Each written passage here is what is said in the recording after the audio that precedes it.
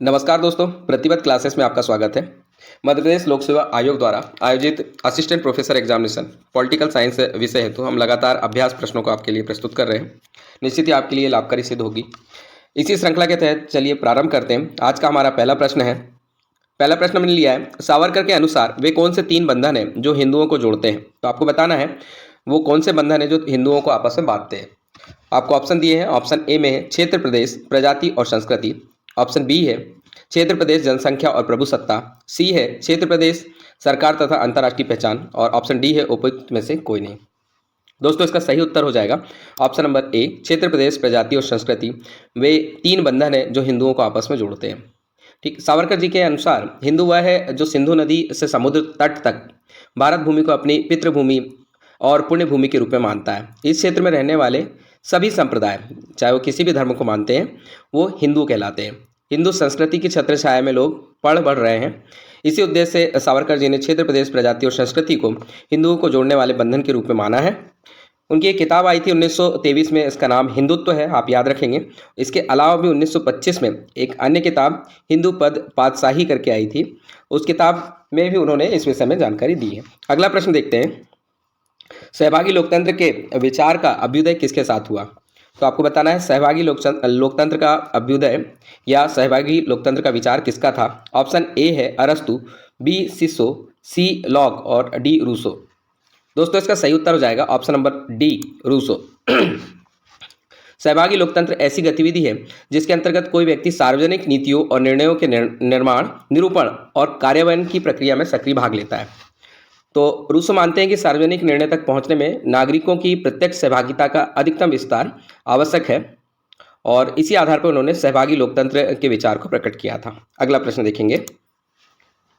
प्लेटो ने मानव मन की क्रियात्मकता का वर्णन किसके द्वारा किया है। तो बताना है प्लेटो ने मानव मन की क्रियात्मकता का वर्णन किसके द्वारा किया है। ऑप्शन ए गुफा के रूपक द्वारा, बी विभक्ति पंक्ति के रूपक द्वारा, सी रूप के सिद्धांत द्वारा और डी उपयुक्त सभी के द्वारा।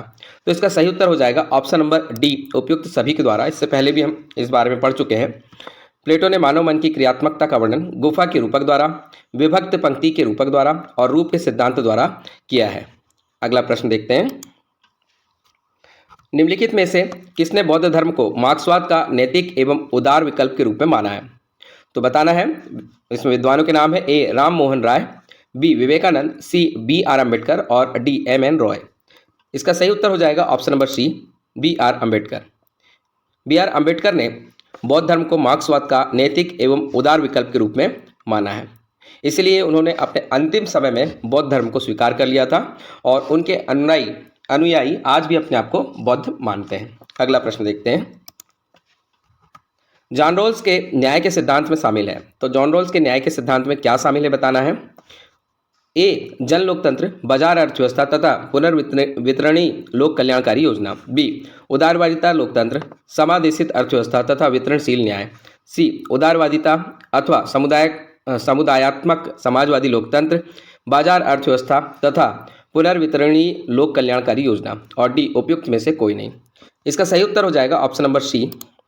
जॉन रॉल्स के न्याय सिद्धांत में जो शामिल तथ्य हैं वो हैं उदारवादिता अथवा समुदायात्मक समाजवादी लोकतंत्र, बाजार अर्थव्यवस्था तथा पुनर्वितरणी लोक कल्याणकारी योजनाएं।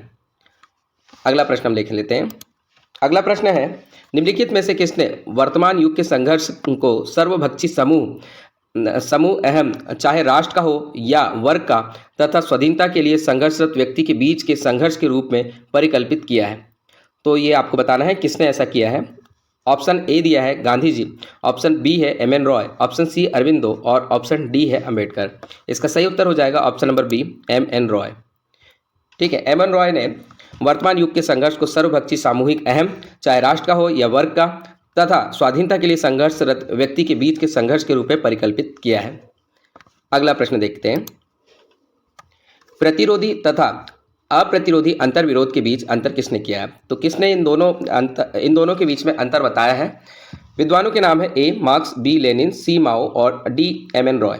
सही उत्तर हो जाएगा ऑप्शन नंबर सी, माओ। माओ ने प्रतिरोधी तथा अप्रतिरोधी अंतर्विरोध के बीच में अंतर किया है।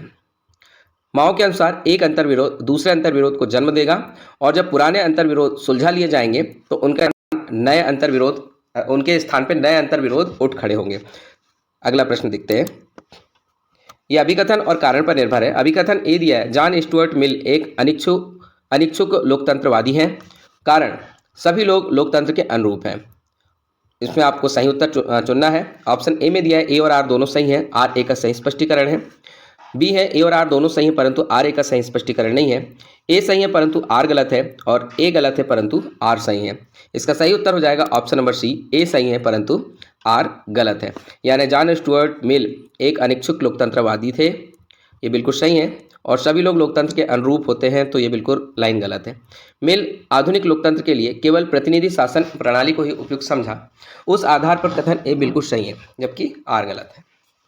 इसके अलावा अगर जॉन स्टुअर्ट मिल के विषय में बात करें तो उन्होंने महिला मताधिकार का समर्थन किया था, आनुपातिक प्रतिनिधित्व एवं बहुल मतदान प्रणाली का भी इन्होंने समर्थन किया है। अगला प्रश्न देखते हैं। निम्नलिखित कथन को आप किस सैद्धांतिक उपागम से संबद्ध करेंगे? आपको यहाँ पे कथन दिया है, हर शक्ति के लिए ज्ञान आवश्यक है तथा हर ज्ञान मौजूदा शक्ति संबंधों पर निर्भर होता है और उन्हें लागू करता है। तो इस सैद्धांतिक उपागम का नाम आप बताएंगे। ऑप्शन ए है मानकी सिद्धांत, ऑप्शन बी है आनुभविक सिद्धांत, ऑप्शन सी है उत्तर आधुनिकतावाद, और ऑप्शन डी है उत्तर व्यवहारवाद। इसका सही उत्तर हो जाएगा ऑप्शन नंबर सी, उत्तर आधुनिकतावाद। उत्तर आधुनिकतावाद का मानना है कि शांति व्यक्ति विशेष या संस्था के बजाय शरीर की कोशिकाओं की भांति सर्वत्र विद्यमान है। प्रमुख उत्तरवादिता विचारक के अंतर्गत आते हैं डोरिडा फूको। अगला प्रश्न हम देख लेते हैं। अगला प्रश्न है, संरचनात्मक कार्यवाद मूलतः है। आपको ऑप्शन दिए हैं, संरचनात्मक कार्यवाद क्या है बताना है। ऑप्शन ए तुलना का एक माप, बी विकास से जुड़ी एक विचारधारा, सी जांच पड़ताल का एक ढांचा, और डी शासन की एक पद्धति। इसका सही उत्तर हो जाएगा ऑप्शन नंबर सी, संरचनात्मक कार्यवाद जो है वो जांच पड़ताल का एक ढांचा कहलाता है। संरचनात्मक कार्यवाद मूलतः एक अन्वेषण की प्रणाली होती है जो किसी घटना के अध्ययन के लिए अनुभविक प्रकारवाद का प्रायोगिक रूप होता है। अगला प्रश्न देखेंगे। एसपी हंटिंगटन के अनुसार राजनीतिक क्षय तब होता है जब, तो बताना है राजनीतिक क्षय कब होता है हंटिंगटन के अनुसार।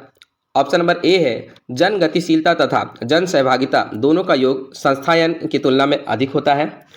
जन गतिशीलता और जन सहभागिता संस्थायन की तुलना में कम होता है। ऑप्शन सी है संस्थानों में जटिलता और सरलता दोनों विशेषता होती है, और डी है संस्थाएं दीर्घायु होती हैं। इसका सही उत्तर हो जाएगा ऑप्शन नंबर ए, एसपी हंटिंगटन के अनुसार राजनीतिक क्षय होता है जब जन गतिशीलता तथा जन सहभागिता दोनों का योग संस्थायन की तुलना में अधिक होता है। राजनीति के क्षय के और भी अन्य कारण हैं, जैसे चुनाव में हेराफेरी करने और उसमें अनियमितता बरतने से, हिंसा का प्रयोग और विरोध प्रदर्शन करने से, राजनीतिक दलों के विखंडन बार बार टूटने से, शासकों की पूजा करने से या अंधभक्ति करने से, राजनीतिक हत्याएं करने से, और सरकारी विचारधारा का गुणगान इत्यादि करने से राजनीतिक क्षय होने लगता है। अगला प्रश्न देखेंगे। अभिकथन और कारण पर निर्भर प्रश्न है। अभिकथन ए है यूएस सीनेट दुनिया में सबसे शक्तिशाली द्वितीय सदन है। उसका कारण आर दिया है, बहुत कम चीज़ें ऐसी हैं जो राष्ट्रपति और प्रतिनिधि सभा सीनेट के अनुमोदन के बिना कर सकते हैं। तो आपको ऑप्शन दिए हैं, सही उत्तर चुनना है। ए है ए और आर दोनों सही हैं, आर ए का सही स्पष्टीकरण है। बी है ए और आर दोनों सही हैं लेकिन आर ए का सही स्पष्टीकरण नहीं है। सी है ए सही है लेकिन आर गलत है। डी है ए गलत है लेकिन आर सही है। तो दोस्तों इसका सही उत्तर हो जाएगा ऑप्शन नंबर ए। ऑप्शन नंबर ए में ए और आर दोनों सही है, आर ए का सही स्पष्टीकरण है। अब इसे देख लेते हैं। अभिकथन में दिया है यूएस सीनेट यानी अमेरिका की सीनेट दुनिया की सबसे शक्तिशाली द्वितीय सदन है। तो बिल्कुल ये सर्वशक्तिशाली द्वितीय सदन इसको माना जाता है। और इसका कारण इसमें दिया है, बहुत कम चीज़ें ऐसी है जो राष्ट्रपति और प्रतिनिधि सभा सीनेट के अनुमोदन के बिना कर सकते। ये भी बिल्कुल सही है। विश्व की जितनी भी व्यवस्थापिका है उसके जो निम्न सदन होते हैं उसमें किसी भी प्रतिनिधि को चुन करके भेजा जाता है, लेकिन जो यूएस की जो सीनेट है उसमें उच्च सदन, सीनेट यानी कि उच्च सदन में वहाँ के जो प्रतिनिधि हैं उनको निर्वाचन के द्वारा, प्रत्यक्ष मतदान के द्वारा भेजा जाता है, और बिना सीनेट की सहमति के राष्ट्रपति द्वारा की गई नियुक्ति, संधि या समझौता प्रभावी नहीं होता है। इस कारण सीनेट को, यूएस सीनेट को दुनिया की सबसे शक्तिशाली द्वितीय सदन कहा जाता है। भारत के परिप्रेक्ष्य में अगर बात करें तो भारत में लोकसभा यानी कि निम्न सदन जो होता है वो शक्तिशाली है, और उच्च सदन यानी राज्यसभा तुलनात्मक रूप से शक्तिशाली नहीं है। अगला प्रश्न देखेंगे। निम्नलिखित में से किसने निर्वाचन कानून को इन शब्दों में परिभाषित किया है? संख्यक बहुलता, एक मतपत्र प्रणाली जो पार्टी द्वैतता की ओर प्रवृत्त होती है? ऑप्शन दिए हैं, option A Duverger's La Palombara, option B Riker proposition, option C Sartori का टेंडेंसी लॉ और ऑप्शन डी है कॉक्स का कोऑर्डिनेशन आर्गुमेंट। तो बताना है किसने निर्वाचन कानून को इन शब्दों में परिभाषित किया है।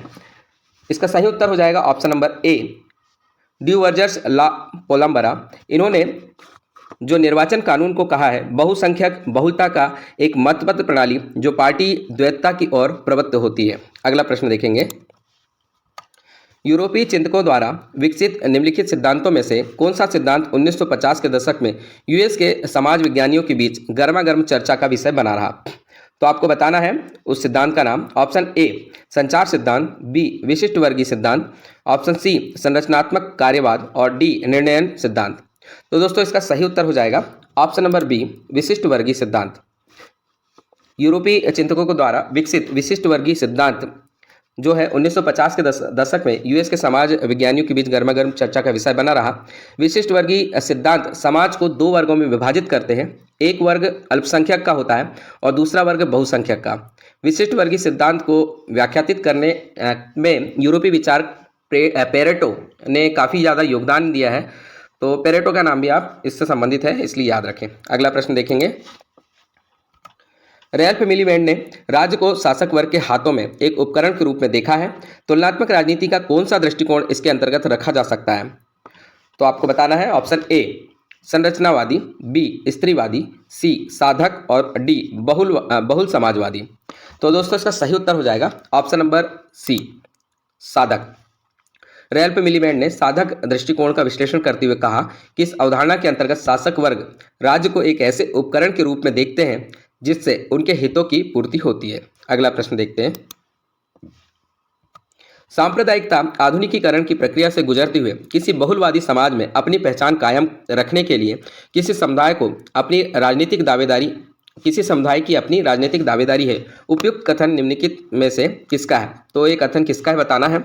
ऑप्शन दिए हैं, ऑप्शन ए रॉबर्ट मेंसन और Howard Wolf, B William Wicker, C Marks Robinson, D Charles Metcalfe. दोस्तों इसका सही उत्तर हो जाएगा option number A Robert Melson और हावर्ड वोल्फ।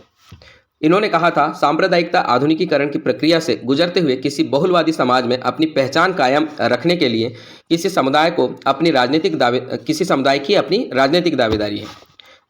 अगला प्रश्न देखते हैं, निम्नलिखित में से कौन भारत की संविधान सभा का सदस्य नहीं था? तो आपको बताना है भारत की संविधान सभा का सदस्य कौन नहीं था।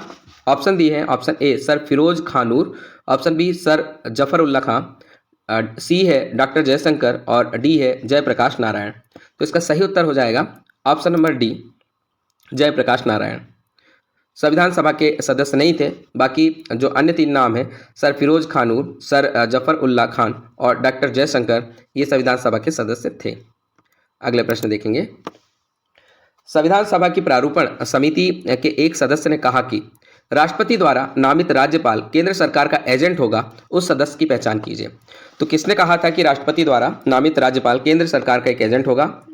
आपको इसमें नाम दिए हैं, A T Krishnamachari, B R Ambedkar, C Sardar Vallabh Bhai Patel और डी राजेंद्र प्रसाद। इसका सही उत्तर हो जाएगा ऑप्शन नंबर ए।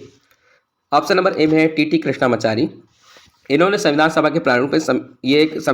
के प्रारूपण समिति के सदस्य थे और इन्होंने कहा था कि राष्ट्रपति द्वारा नामित राज्यपाल केंद्र सरकार का एजेंट होगा। अगला प्रश्न हम देखेंगे। अगला प्रश्न है, निम्नलिखित में से किस राष्ट्रपति का संबंध भारत के ट्रेड यूनियन आंदोलन से था? तो बताना है किस राष्ट्रपति ने ट्रेड यूनियन आंदोलन में पहले शामिल थे और बाद में राष्ट्रपति बने। ऑप्शन दिए हैं, option A K R Narayan, option number B doctor Zakir Hussain, C V V Giri और डी है रामास्वामी वेंकटरमन। इसका सही उत्तर हो जाएगा ऑप्शन नंबर सी वीवी गिरी। राष्ट्रपति डॉक्टर वीवी गिरी का संबंध भारत के ट्रेड यूनियन से था। वीवी गिरी ही एक ऐसे राष्ट्रपति के रूप में है जिनके निर्वाचन में द्वितीय चरण की गणना की गई थी। तो ये भी एक अलग से तथ्य है, ये भी आप याद रखें।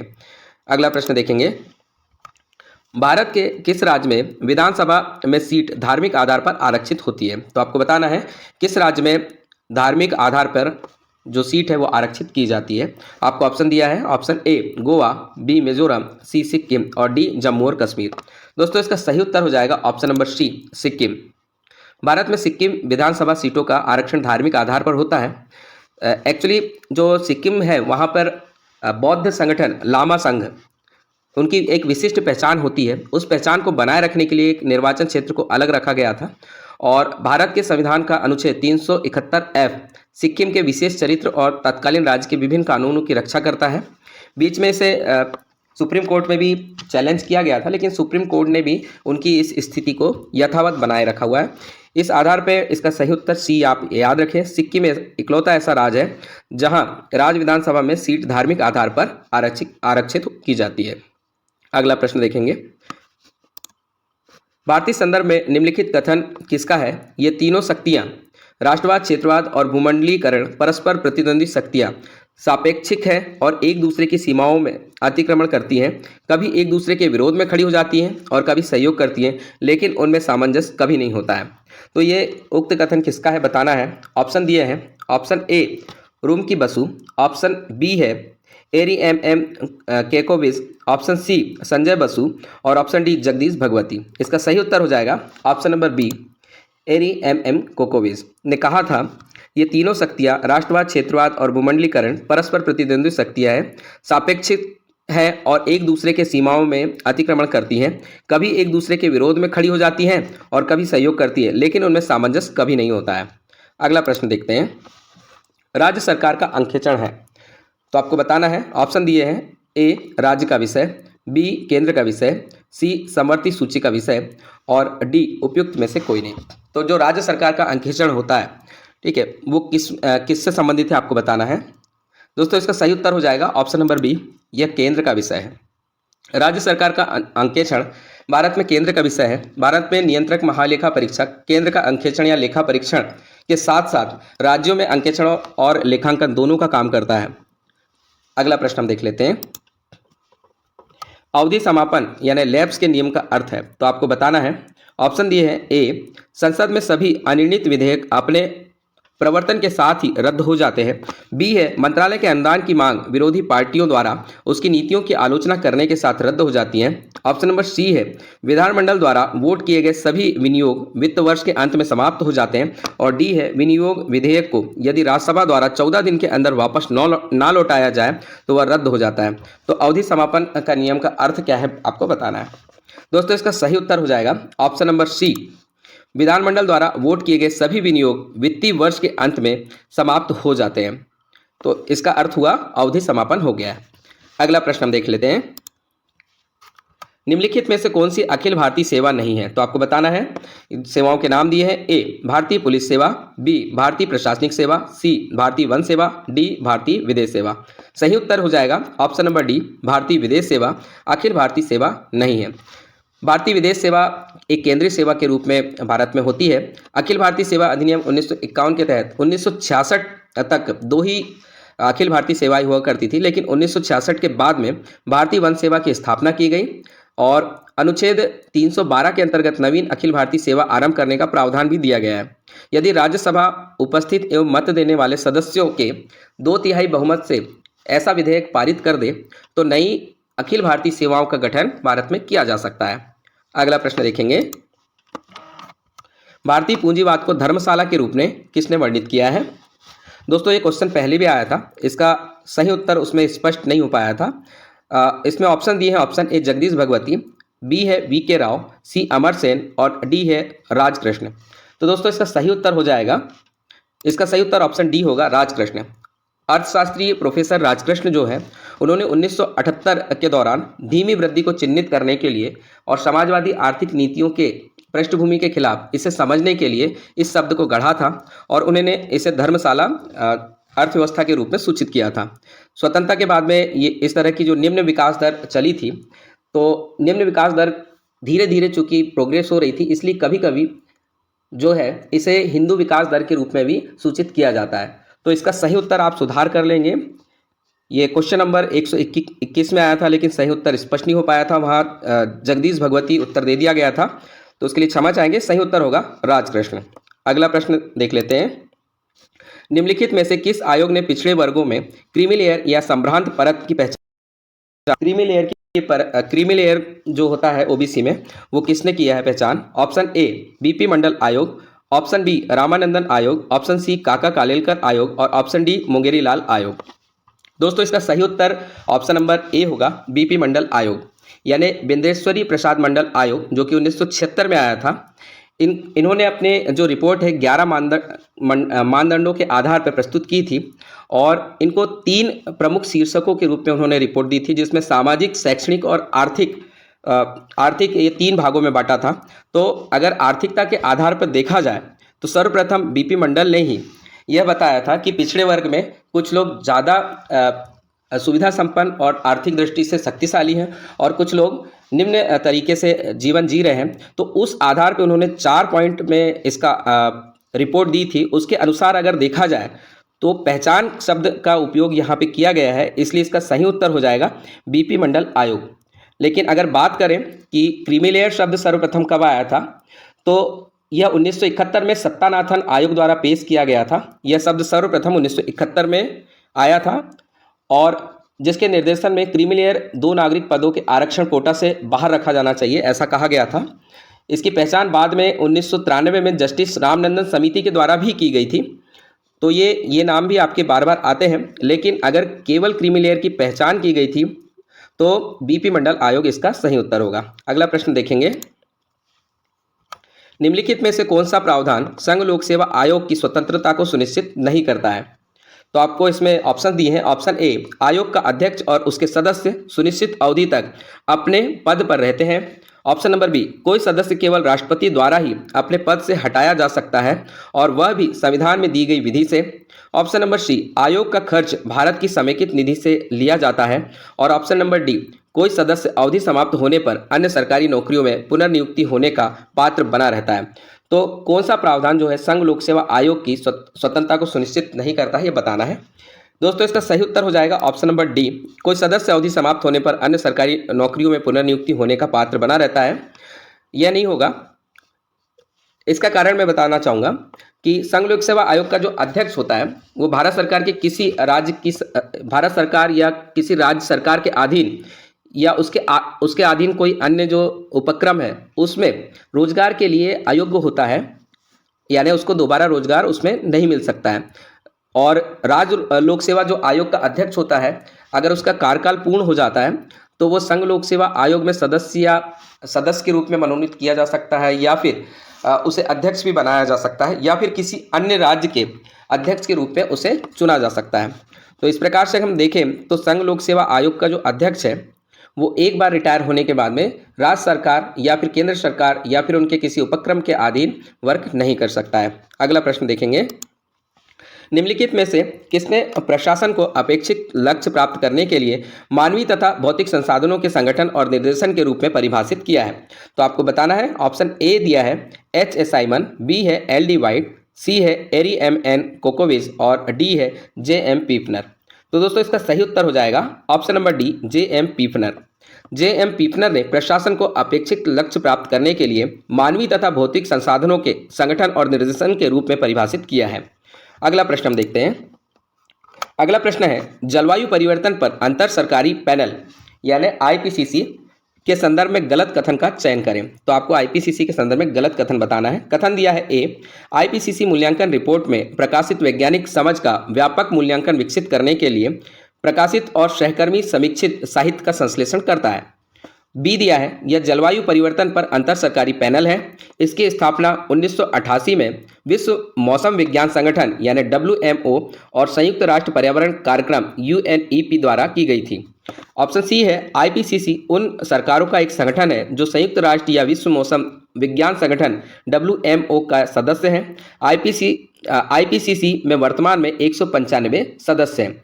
और ऑप्शन नंबर डी है, IPCC ने 2018 और 19 के बीच 4 विशेष रिपोर्टें दी थी। रिपोर्टों के नाम है, पहला -1.5 डिग्री सेंटीग्रेड की ग्लोबल वार्मिंग यानी 1.5 सेंटीग्रेड तक ग्लोबल वार्मिंग को कम करना। दूसरा है बदलती जलवायु में महासागर और क्रायोस्फीयर। तीसरा है जलवायु परिवर्तन और भूमि। और चौथा है हथियारों के प्रयोग से जलवायु परिवर्तन।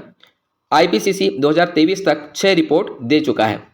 तो दोस्तों बताना है इसमें से गलत कौन सा होगा।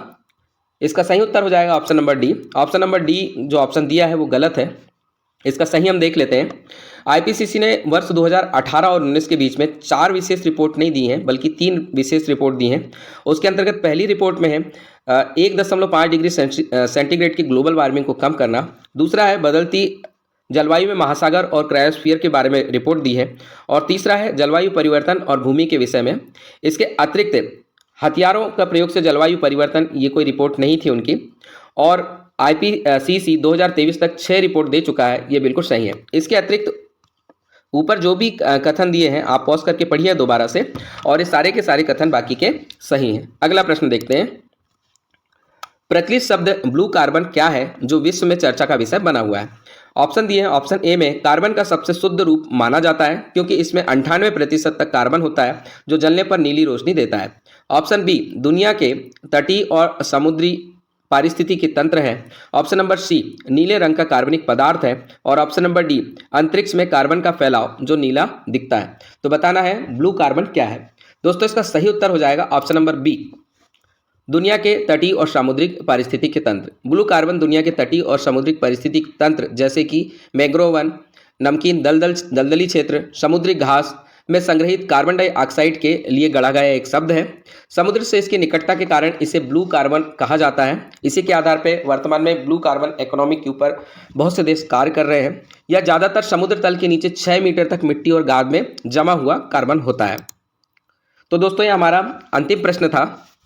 इसी तरह के प्रश्नों के लिए लगातार हमारे साथ बने रहिए और प्रैक्टिस कीजिए। धन्यवाद। जय हिंद।